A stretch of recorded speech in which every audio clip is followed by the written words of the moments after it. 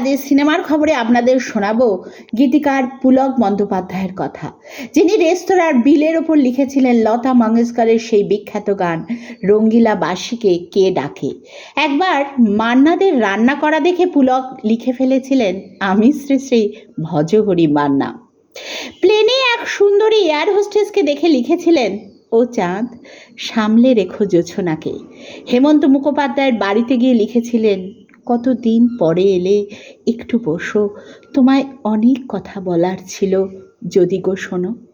এক আত্মীয়ের বাড়ি খুঁজতে গিয়ে এক অচেনা সুন্দরী দরজা খোলায় লিখে ফেলেছিলেন, ও কেন এত সুন্দরী হলো।